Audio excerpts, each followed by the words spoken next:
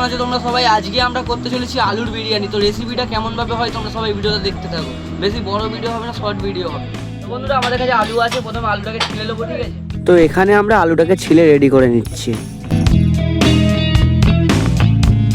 বন্ধুরা আমাদের আলু ছিলা কমপ্লিট হয়ে গেছে, এবারে এটাকে ধুয়ে আর কেটে নিতে হবে। আর বন্ধুরা তোমাদেরকে রেসিপিটা দেখাবো কিনা, ঠিক টাইমে ঝড় বৃষ্টিও শুরু হয়ে গেছে। এখানে প্রচন্ড পরিমাণে ঝড় ও বৃষ্টি হচ্ছে। বন্ধুরা তোমাদের ওখানে কি ঝড় বৃষ্টি হচ্ছে একটু কমেন্ট করে বলবে। প্রথমে আমরা বিরিয়ানির চালটাকে সেদ্ধ করে নেব। চালটা সেদ্ধ হয়ে গেলে ভালো করে ঢাকা দিয়ে রেখে দেবো। পরে যে কাজটা করতে হবে, ভালো করে আলুটাকে সেদ্ধ করে নিতে হবে গরম পানিতে বন্ধুরা। আর হ্যাঁ, আলুটা সেদ্ধ করার সময় একটু ফুড কালার দিয়ে দিতে হবে উপরে, না হলে আলুর যে হলদে কালারটা আসবে না বন্ধুরা। আর এখানে বিরিয়ানির যে মশলাগুলো ওগুলোকে ভেজে রেডি করে রেখে দিয়েছি, আর এগুলোকে ভালো করে গুঁড়ো করে নিতে হবে বন্ধুরা। এবারে পেঁয়াজটাকে ভেজে ভালো করে বেরেস্তার মতো করে নিতে হবে বন্ধুরা। তারপর আলুটাকে তেলে ফেলে হালকা মিডিয়ামে ভেজে নিতে হবে বন্ধুরা। আর বাকি যা যা জিনিস আমাদের লাগবে সেগুলো রেডি করে নিয়েছি। এবারে বিরিয়ানিটাকে সাজানোর পালা।